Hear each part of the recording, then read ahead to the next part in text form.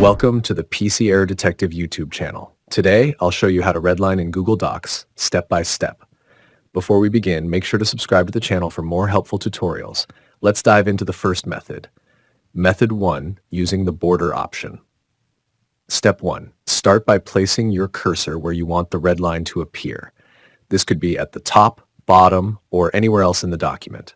Step 2, next, go to the Format menu located at the top of the screen.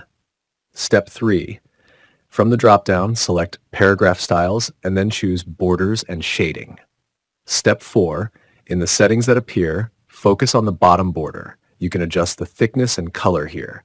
Make sure to change the border color to red.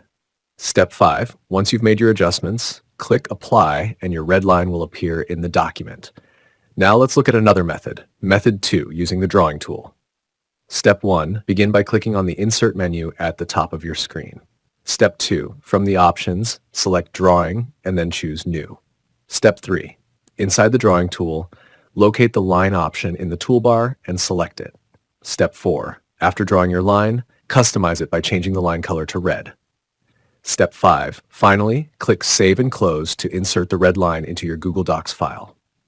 And that's it. You now know 2 easy ways to add a red line in Google Docs. Thanks for watching.